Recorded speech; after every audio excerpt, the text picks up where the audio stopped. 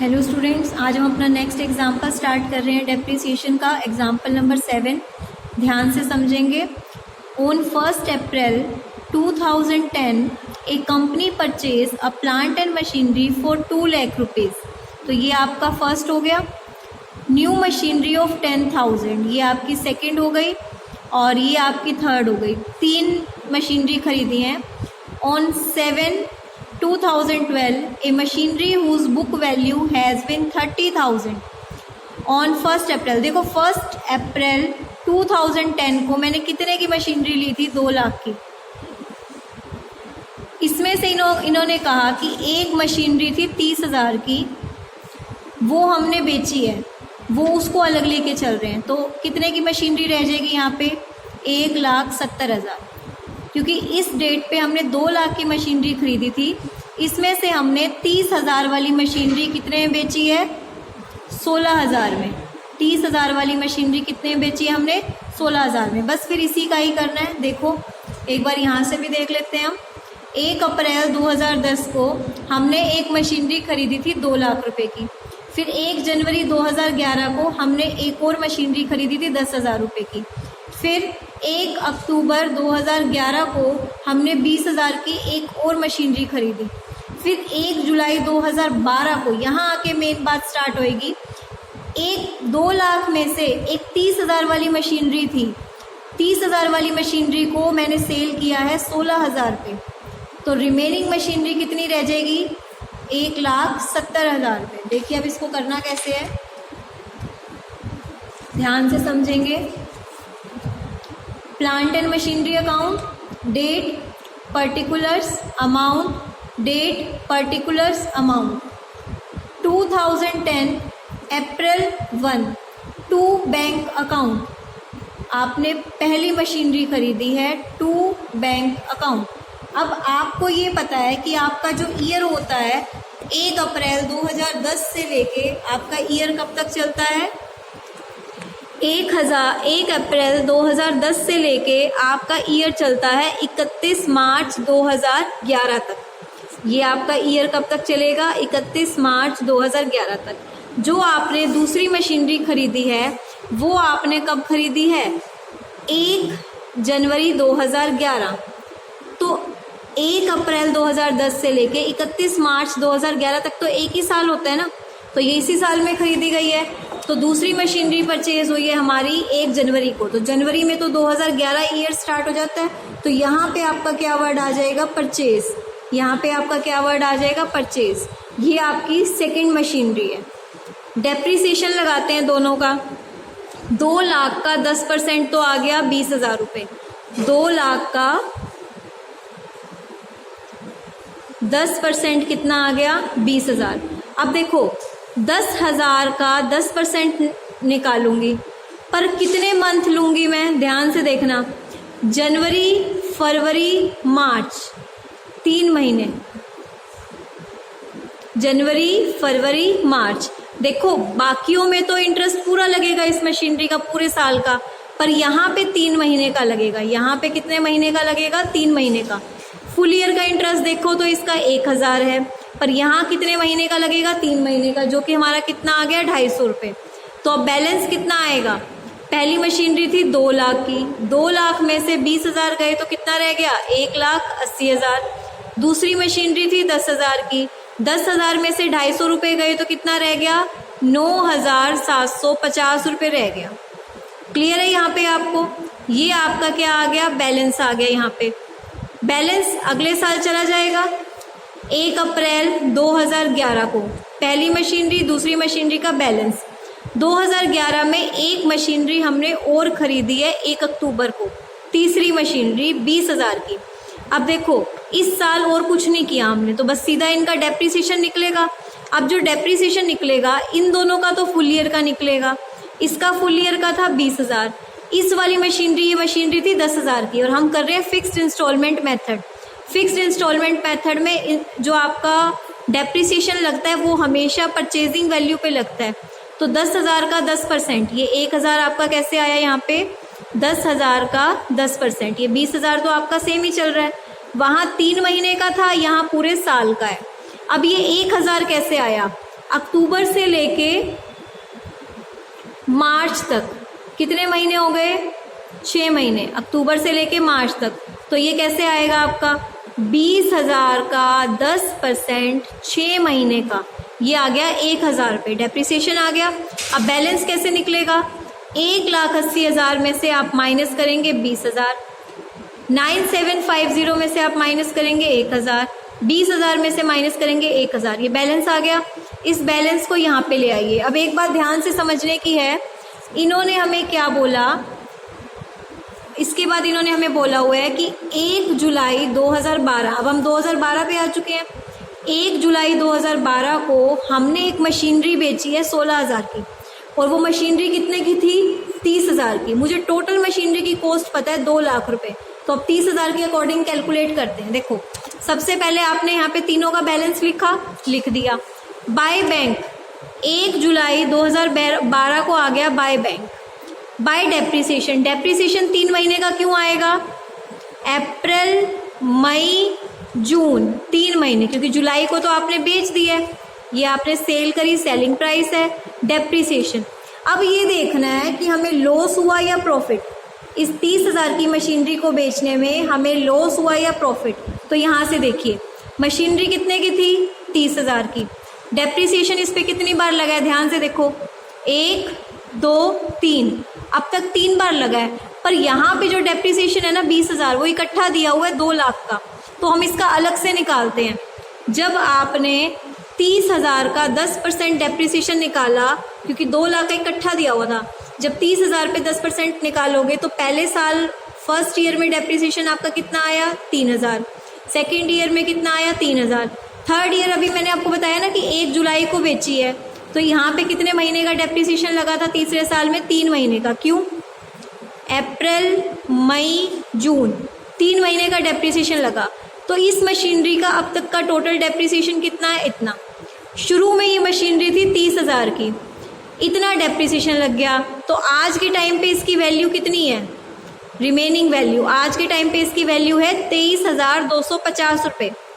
आज के टाइम पे इसकी मशीनरी की वैल्यू है 23,250 रुपये। इसको मैंने बेचा है 16,000 में। 23,000 की मशीन अगर 16,000 में बिक रही है तो यहाँ से क्या निकला? लॉस। यहाँ से क्या निकला? लॉस। तो लॉस कितना आया आपके पास? आपका लॉस है कितना? 7,250 रुपये। तो 30,000 का तो काम हो गया। अब ये देखो, 30,000 का तो ये काम तो हमने कर दिया। ये दोनों मशीनरी है, इनका अलग से डेप्रिसिएशन अभी मैं निकालूंगी, पर पहले इस मशीनरी की जो रिमेनिंग वैल्यू रह गई है उसका भी तो डेप्रिसिएशन निकलेगा ना। 2 लाख में से 30,000 की मशीनरी हमारी क्या हो चुकी है? बिक चुकी है। बची कितने की? 1,70,000 की। ये हम कौन सा मेथड कर रहे हैं? Fixed instalment method. इसमें जो डेप्रिसिएशन लगता है वो ओरिजिनल कॉस्ट पे लगता है, जो मशीनरी की शुरू के साल में कॉस्ट होएगी। तो अब जितनी भी वैल्यू रह गई है रिमेनिंग वैल्यू, उसमें जो डेप्रिसिएशन लगना है वो फिक्स्ड कॉस्ट जो शुरू में थी, क्योंकि 30,000 की मशीनरी तो मैंने 2 लाख में से अलग कर दी ना, तो 17,000 का अगर आप 10% निकालते हैं तो आपका कितना आ गया? 17,000। तो इस साल का देखो, पिछले 2 सालों अब जैसे आपने इस मशीनरी का 3 साल का डेप्रिसिएशन निकाल के रिमेनिंग फिगर निकाली थी ना, ऐसे इस मशीनरी का करो। 1,70,000 की मशीन थी, तीनों साल कितना कितना डेप्रिसिएशन लगा? पहले साल 17,000, दूसरे साल 17,000, तीसरे साल 17,000। टोटल डेप्रिसिएशन कितना हो गया? 51,000। 1,70,000 में से अगर मैं 51,000 डेप्रिसिएशन माइनस कर दूंगी, 1,70,000 पे शुरू में मशीनरी की वैल्यू थी, 3 साल डेप्रिसिएशन लगा 51,000 तो माइनस करके कितना आ गया आपका? 1,19,000। तो ये बैलेंसिंग फिगर आ गई और इस साल का डेप्रिसिएशन है 17,000 पे। तो देखिए, रिमेनिंग वैल्यू पे 31 मार्च को पहली मशीनरी है इसलिए इसके आगे 1 है। पहली मशीनरी का कितना हिस्सा रह गया? 1,70,000, उसका डेप्रिसिएशन बनता है 17,000। दूसरी मशीनरी थी कितने की? 10,000। 10,000 का 10% होता है 1,000। तीसरी मशीनरी कितने की खरीदी थी आपने? 20,000। 20,000 का 10% कितना होता है? 2,000। ये मशीनरी थी, देखो ये डेप्रिसिएशन आपका निकला 1,70,000 का 10%। ये वाला डेप्रिसिएशन आपका निकला है 10,000 का 10%, और ये वाला आपका डेप्रिसिएशन निकला है 20,000 का 10%, तो तीनों साल का डेप्रिसिएशन आ गया। अब रिमेनिंग वैल्यू कैसे निकालेंगे? पहले साल की वैल्यू है 1,60,000, उसमें से माइनस किए हमने कितने? 17,000। फिर अगली वैल्यू आपकी कितनी है? 8,750। ये फर्स्ट की तो सॉरी रिमेनिंग वैल्यू आपने वर्किंग नोट्स में निकाली, इसकी रिमेनिंग वैल्यू आपकी कैसे निकलेगी? वर्किंग नोट्स में निकलेगी, जो कि आपने ये निकाली हुई है 1,19,000 पे। ये वैल्यू यहाँ से आई। दूसरे की वैल्यू कहाँ से आएगी? इसमें से इसके डेप्रिसिएशन को माइनस किया। तीसरी वैल्यू कहाँ से आएगी? इसमें से इसको माइनस किया। ठीक है, ये रिमेनिंग वैल्यू आपकी वर्किंग नोट्स में से आई है। ठीक है, अगर आप इसको निकालना चाहो यहाँ से भी मैं वेरीफाई कर सकते हो। 1,60,000 में से फर्स्ट मशीनरी का जो जो अमाउंट है ना, 1, 2, 3 और 4, जब आप इन चारों को माइनस करोगे तो यही आएगा। ठीक है, आई होप आपको ये वाला क्वेश्चन समझ में आ गया होगा। कोई डाउट होंगे तो पूछेंगे। नेक्स्ट देखिए example number 8। On 1 April 2015 Manas limited ने परचेज करी है 10 मशीनरी। देखो कितनी मशीनरी है? 10। 30,000 की एक मशीनरी है। 30 सितंबर को एक मशीनरी बेच दी गई है, इसमें से एक मशीनरी बेच रहे हैं। उसके बाद कितने की बेची? 24,000 की। 1 more मशीन वाज सोल्ड। फिर 2017 में एक और मशीनरी बेच दी और एक नई मशीनरी खरीदी है 32,000 की। ये दूसरी मशीनरी है। तो अब एक बार इसका देखिए कैसे क्या कह रखा है। 10 मशीनरी खरीदी तो टोटल कितने की मशीन आई थी? 3 लाख की। फिर 30 जून को आपने एक मशीनरी बेची है, ये सेलिंग प्राइस दिया हुआ है आपको कितने का? 24,000 का। मशीनरी कितने की थी? 30,000 की। तो रिमेनिंग वैल्यू कितने की रह जाएगी? 3 लाख की टोटल मशीनरी थी, 30,000 में आपने बेची, 30,000 वाली एक 30,000 की बेच दी, रिमेनिंग वैल्यू कितनी हो गई? 2,70,000। अब 30,000 की मशीनरी देखो क्या करोगे। जो 30,000 की मशीनरी थी उसका डेप्रिसिएशन देखो 2 साल का कितना लगा। पहले साल में तो पूरा लगा 10% फुल ईयर का। दूसरे साल में जब हमने बेच दी तो उस पर कितने महीने का हमारा डेप्रिसिएशन लगा है? हमने बेची जून में, अप्रैल मई जून की एंड में, तो 3 महीने का डेप्रिसिएशन लगा, 3 मंथ का। तो टोटल डेप्रिसिएशन माइनस करके ये आ गई रिमेनिंग वैल्यू। ये हमारी क्या आ गई? Remaining value. सेल हुआ था 24,000 में, रिमेनिंग वैल्यू में से जब सेल अमाउंट को माइनस कर देंगे तो क्या आ जाएगा? लॉस। तो इस मशीनरी को एक बार क्वेश्चन में देखते हैं। सबसे पहले आपने मशीनरी खरीदी, पहली मशीनरी 10 मशीनरियाँ खरीदी थी, सीधा 10% डेप्रिसिएशन बैलेंस। अब इसमें से हम एंट्री कर रहे हैं 30 जून की। 30 जून को हमने एक मशीनरी बेची है 24,000 में। जो मशीनरी कितने की थी? 30,000 की। तो जो बेची है उसका डेप्रिसिएशन 30,000 की जो मशीनरी बेची है, डेप्रिसिएशन हमारा 10% है, 3 महीने का लगेगा। क्यों? अप्रैल मई और जून 3 महीने का डेप्रिसिएशन भी आ गया, सेलिंग भी आ गया।